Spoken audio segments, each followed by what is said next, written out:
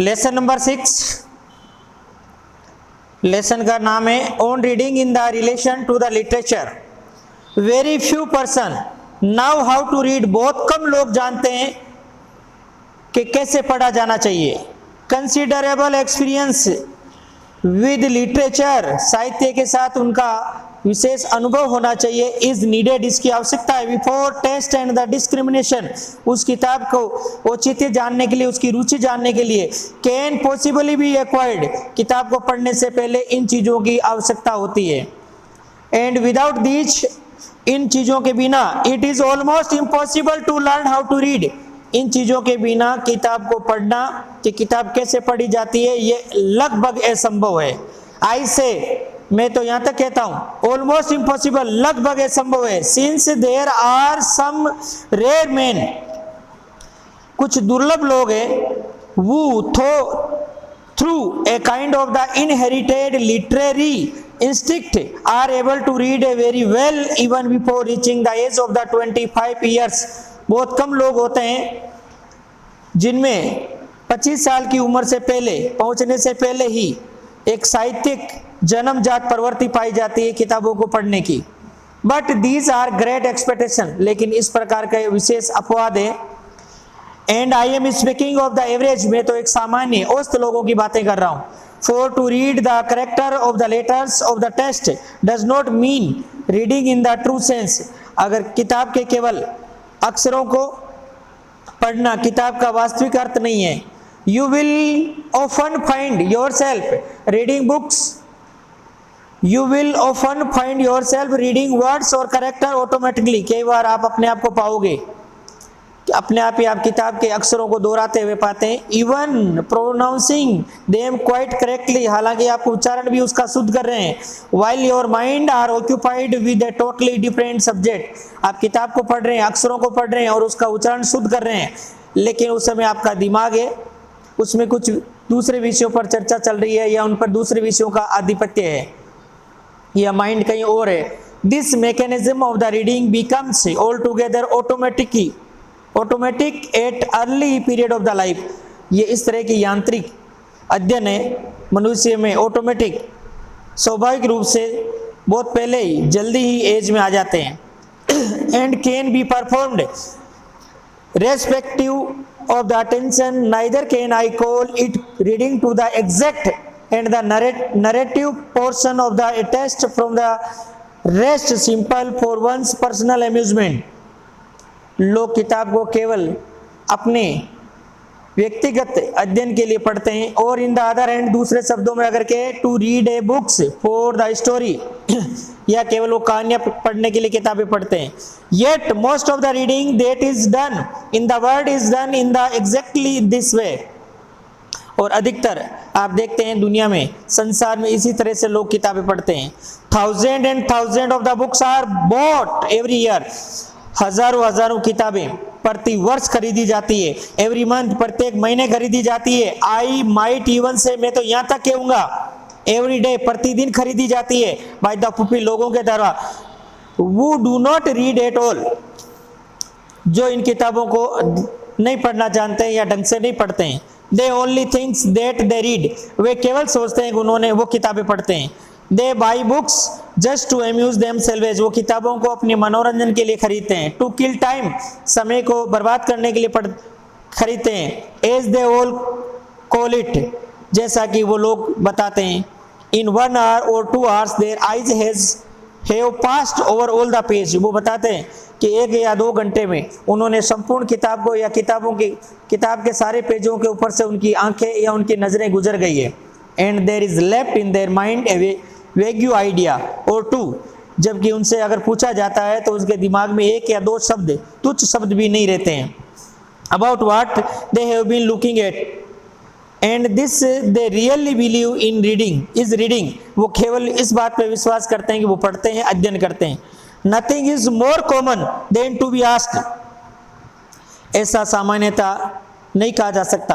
Have you read such a book, अगर उनसे पूछा जाए कि आपने एक किताब पढ़ ली है, और टू हियर समबडी से, कुछ लोगों को आप कहते हुए सुन सकते हैं, I have read such and such a book, मैंने फला फला किताब पढ़ ली है, but these person do not speak seriously, लेकिन वो लोग सीरियसली नहीं बताते हैं या सीरियसली नहीं बोल सकते हैं। Out of the 1000 person who says, हजारों लोगों में से जो लोग ये कहते हैं आई हैव रीड दिस, मैंने ये किताब भी पढ़ ली है, और आई हैव रीड दैट, मैंने वो किताब भी पढ़ ली है, there is not one perhaps who is able to express any opinion worth hearing about what he has been reading, लेकिन कोई भी व्यक्ति शायद इस बात को एक्सप्रेस करने में, अपनी राय बताने में असमर्थ रहते हैं कि किताब में उन्होंने क्या पढ़ा है।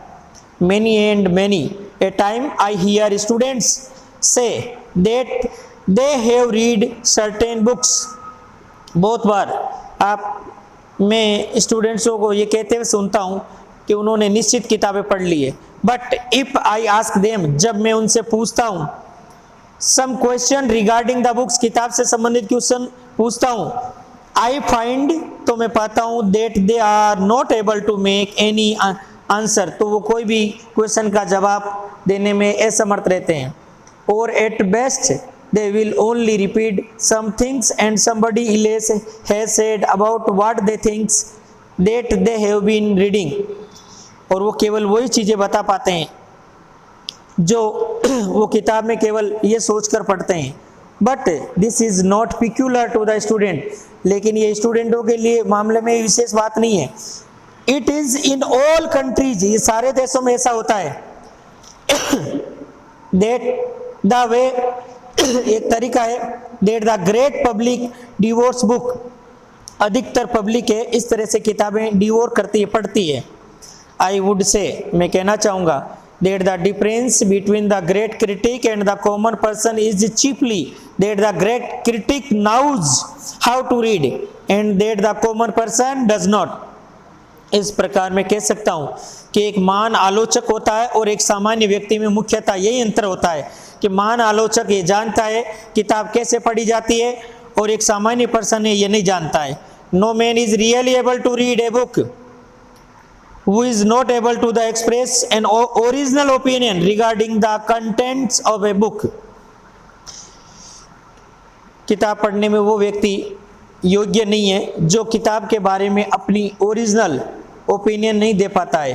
नो डाउट, बेशक, यू विल थिंक, तुम सोचोगे, that this statement of the case confuse reading with study, ये वक्तव्य है वो आपको कंफ्यूज, उलझन में डाल देगा।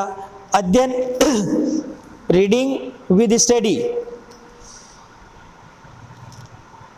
अध्ययन और पठन में क्या अंतर है। यू माइट से, तुम कह सकते हो, व्हेन वी रीड हिस्ट्री और फिलोसफी और साइंस, जब तुम पढ़ते हो इतिहास की किताबें, दर्शन शास्त्र की किताबें या विज्ञान की किताबें पढ़ते हो, then we do read very thoroughly, तब आप पढ़ते हैं उसको संपूर्ण रूप से पढ़ते हैं।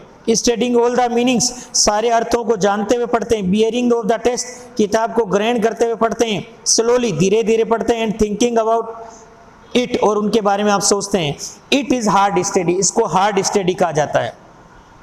But when we read a story और poem out of the class hours, परंतु जब हम लोग कविता पढ़ते हैं या कोई कहानी पढ़ते हैं, वो क्लास से बाहर पढ़ते हैं। वी रीड फॉर एम्यूजमेंट, तो हम लोग केवल मनोरंजन के लिए पढ़ते हैं। एम्यूजमेंट का अर्थ होता है मनोरंजन। Amusement and study are two different things, अध्ययन और मनोरंजन दोनों अलग अलग चीजें हैं। आई एम नॉट श्योर, मैं आज पूर्ण रूप से आश्वस्त नहीं हूँ, that you all think this, आप सारे लोग मेरे जैसा सोचते हैं। But young man generally do think so, लेकिन युवा व्यक्ति ऐसा ही सोचते हैं। As a matter of a fact, every books worth reading ought to be read in the precisely the same way that a scientific book is a read। प्रत्येक किताब के बारे में उतनी ही महत्वता होती है, और या उसको उतना ही महत्व से पढ़ा जाना चाहिए जितना कि एक वैज्ञानिक या साइंटिफिक किताब को पढ़ा जाता है। नॉट सिंपली फॉर एम्यूजमेंट, न केवल सामान्यतः मनोरंजन के लिए। And every book worth reading should have the same amount of the value in it, क्योंकि प्रत्येक किताब में उतनी ही महत्वता होती है that a scientific book has, जितना एक वैज्ञानिक किताब रखती है।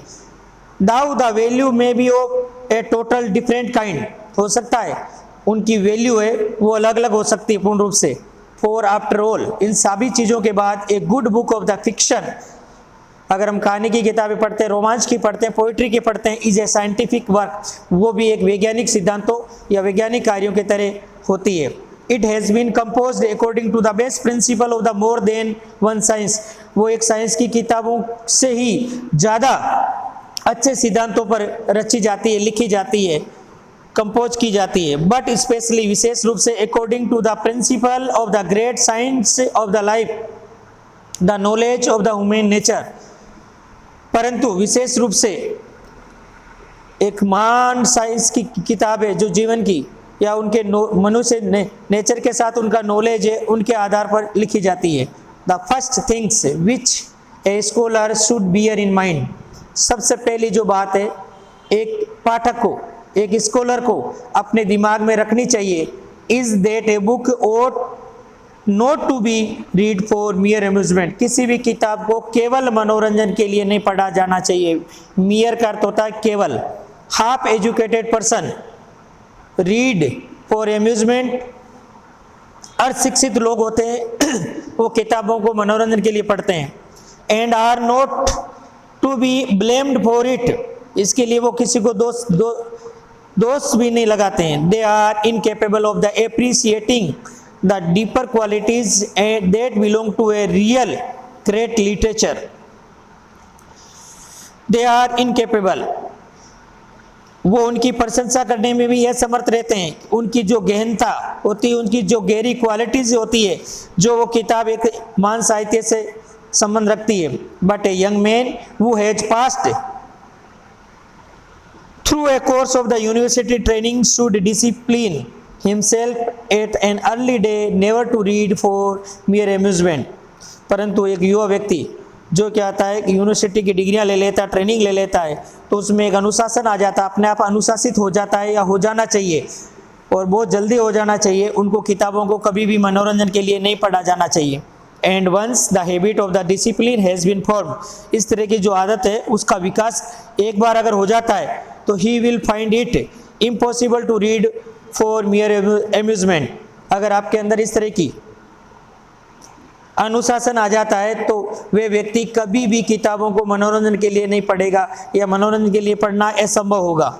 ही will then patiently through down any books from which he can not obtain intellectual food, वो ऐसी किताबों को दूर फेंक देगा जो मानसिक रूप से या मानसिक संतुष्टि या मानसिक खुराक नहीं देता हो।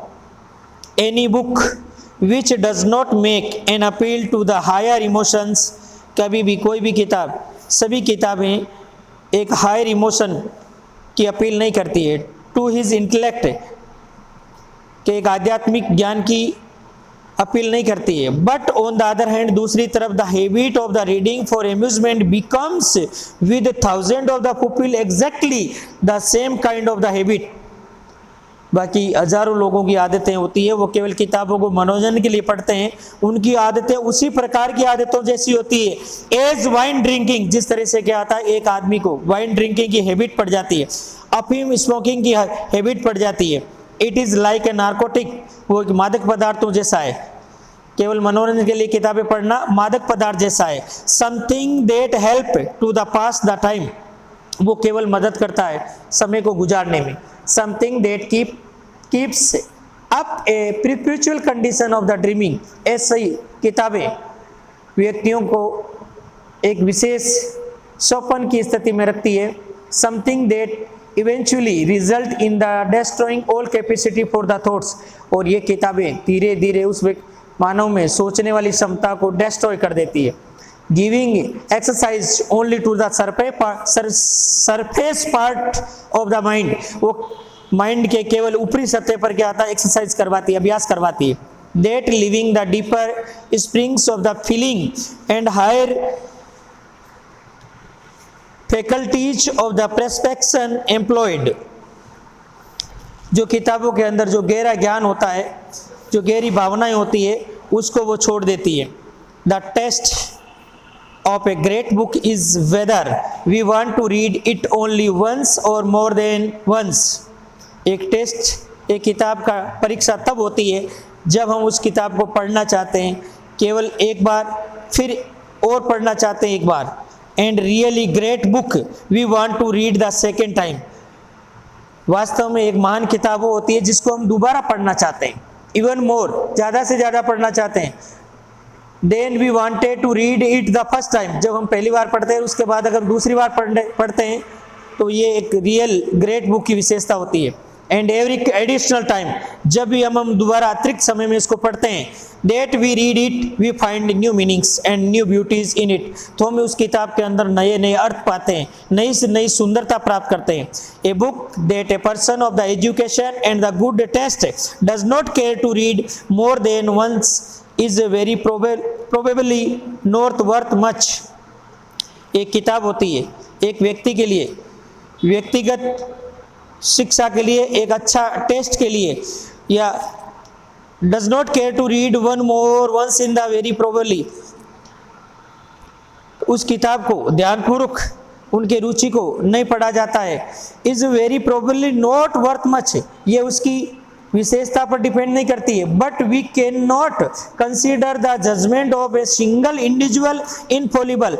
हम एक व्यक्ति की राय पर उस किताब को महान नहीं समझ सकते, मान सकते हैं. द ओपिनियन, राय तो होनी चाहिए, दैट मेक ए बुक, एक किताब के बारे में, great must be the opinion of many, बहुत लोगों की राय उसके बारे में होनी चाहिए. For even the greatest critics are apt to have a certain dullness. कई बार तो महान आलोचक होता है, उनमें भी क्या था, कोई ना कोई वो निश्चित कमियां रखते हैं. कार्लाई, ये एक राइटर है, लेखक है, for example could not endure the browning, वो ब्राउनिंग की कोई भी रचना को पढ़ना पसंद नहीं करते, सहन नहीं करते.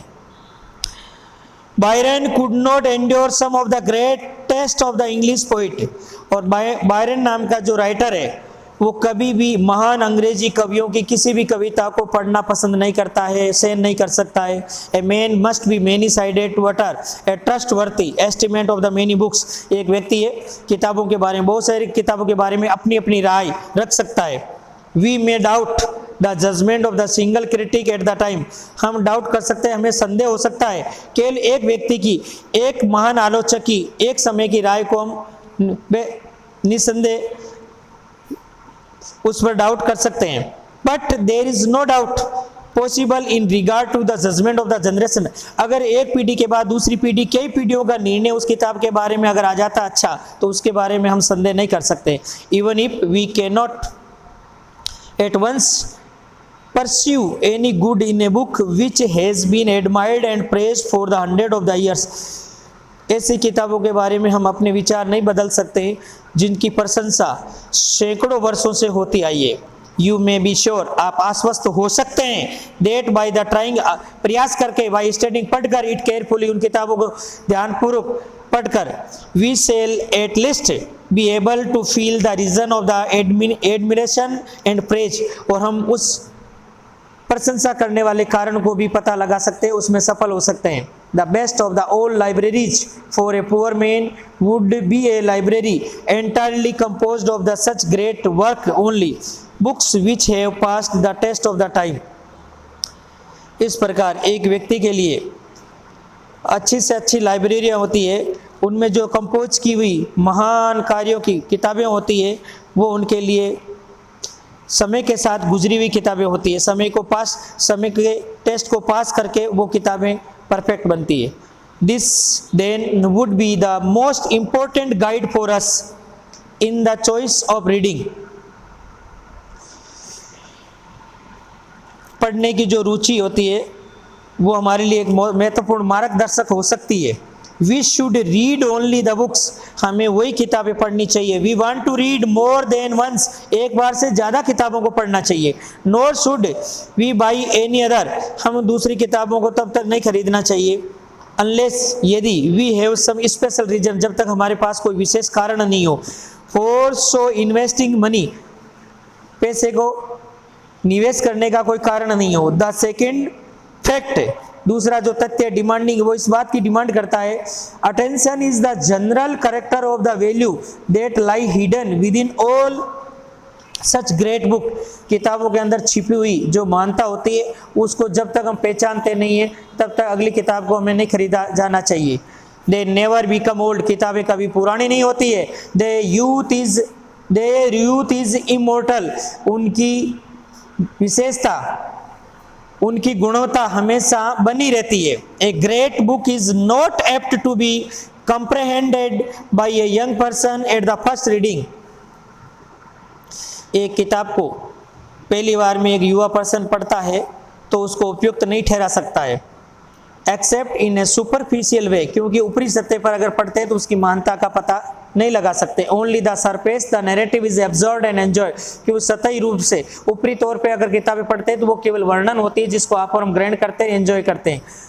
No young man can possibly see at first reading the quality of a great book, कोई भी व्यक्ति, एक युवा व्यक्ति पहली बार अगर एक महान किताब को पढ़ता है तो उनकी गुणों को उन पहली बार में नहीं पहचान पाता है। रिमेंबर, याद रखो, that it has taken humanity in the many cases hundred of the years to find out all. याद रखो इस बात को, कई पीढ़ियों को, सैकड़ों वर्ष उस किताब की गुणवत्ता, उनकी गहराई या उनको गुणों को पता लगाने के लिए कई सैकड़ों वर्ष लगे हैं मानवता को। फाइंड आउट का अर्थ होता पता लगाना। That there is in such a book, इस तरह की किताबों के बारे में, but according to a men experience of the life, लेकिन मनुष्य के जीवन के अनुभवों के आधार पर the test will unfold new meanings to him, किताबें होती है वो हमारे लिए नए नए दिनों दिन अर्थ खोलती है। The book that dilated us at 18, एक किताब हमें खुश करती है 18 साल की उम्र में। If it be a good book will delight us much more at 25, अगर उस किताब को हम दोबारा पढ़ते हैं तो 25 वर्ष की उम्र में हमें और ज़्यादा वो खुश करती है, आनंद देती है। एंड इट विल प्रूव, और वो ये सिद्ध कर देगी, लाइक ए न्यू बुक, नई किताब हमें लगने लग जाएगी टू अस, हमें कब, at the 30 years of the age, जब 30 साल की उम्र में पढ़ेंगे तो हमें लगेगा मैं कोई नई किताब पढ़ रहा हूँ। एट 40, जब 40 साल की उम्र होगी तो वी सेल री रीड, हम जब उसको दोबारा पढ़ते हैं, इट वंडरिंग, हमें आश्चर्य होगा, वाई वी नेवर सा how beautiful it was before, इस किताब के अंदर इतनी सुंदरता है ये हमने पहले क्यों नहीं देखी। एट 50 और 60, जब 50 और 60 वर्ष की उम्र में, years of the age, the same fact, वही तथ्य विल रिपीट देमसेल्फ, जब हम दोबारा उसको रिपीट करते हैं। A great book now exactly in the profession to the growth of the reader's mind, क्योंकि एक किताब की महानता दिनों दिन आनुपातिक रूप से बढ़ती जाती है, जिस प्रकार से एक पाठक का दिमाग धीरे धीरे विकसित होता है। लाभ कार्डियो हेरेन के द्वारा ये रिटर्न है कि किताब को कैसे पढ़ा जाना चाहिए। किताब वही पढ़ सकता है 25 साल की उम्र से पहुंचने से पहले जिनको जन्मजात इस तरह की पहले से ही गुण मौजूद हो। ग्लोसरी एक्टिविटी में कंप्रेशन में ट्रू फॉल्स वाले ए, बी वाले answer the following questions in about 20 to 30 words each. Who are able to read very well, कौन व्यक्ति वेरी वेल अच्छी तरह से पढ़ने में समर्थ है। बिफोर रीचिंग, पहुंचने से पहले, एज ऑफ द 25 ईयर्स, जिनको जन्मजात साहित्य के गुण पारिवारिक रूप से मिलते हो। How much is retain in mind, दिमाग में कितने विचार रहते हैं। और भाई रीडर, एक पाठक है, वो रीड जो पढ़ता है ओनली फॉर एम्यूजमेंट, जो मनोरंजन के लिए किताबें पढ़ते हैं, उसके दिमाग में एक या दो बातें, इसमें आया वेग्यू idea. Why are the most of the person unable to express their opinion, original opinion about a book, एक किताब के बारे में ओरिजिनल ओपिनियन देने में अधिकतर व्यक्ति ये सफल क्यों होते हैं, क्योंकि वो सुपरफिशियल, ऊपरी सतह पर किताबों को केवल एम्यूजमेंट के लिए पढ़ते हैं। They read for amusement. What does the author's mean by hard reading, किसको कहते हैं, थ्रोगली, पूर्ण रूप से उसको पढ़ना। नाविंग ऑल द मीनिंग, सारे वर्डों को जानना और उसके बारे में सोचना, उसको हार्ड रीडिंग कहते हैं। Explain how according to the लाभ कार्डियो हेरेंस amusement and study are two different things, ऐसा क्यों एक्सप्लेन करता है कि दोनों किताबें, दोनों चीजें अलग अलग है। किताबों को मनोरंजन के लिए पढ़ना और अध्ययन के लिए पढ़ना अलग अलग है। What are the chief characteristics of the scientific book, एक साहित्यिक किताब की विशेषता क्या होती है, वो साहित्यिक सिद्धांतों पर लिखी जाती है। What is the author's opinion about the half educated person, के बारे में क्या राय है, वो केवल किताबों को मनोरंजन के लिए पढ़ते हैं, अर्धशिक्षित लोग। What is the result of the habit of the discipline formed in a person, अगर एक व्यक्ति में डिसिप्लिन की अगर आदत आ जाती है तो उसका रिजल्ट क्या निकलता है, वो किताबों को कभी मनोरंजन के लिए नहीं पढ़ता है। What do we find when we read we reread a book, हम किताब को जब दोबारा पढ़ते हैं क्या पाते हैं, नए नए अर्थ पाते हैं। Why has reading the mere amusement been compare to narcotic, लेखक ऐसा इसकी तुलना क्यों करता है कि मनोरंजन है वो एक नार्कोटिक मादक पदार्थ है, क्योंकि जिस तरह से मादक पदार्थ आदमी को सोपन में डुबोए रखता है और केवल वो समय गुजारने का साधन होता है, उसी तरह से केवल लोग किताबों को मनोरंजन के लिए पढ़ते हैं तो वो समय गुजारने का साधन है। सी 80 to 60 वर्ड वाले आपको रिटर्न करने हैं। Thank you.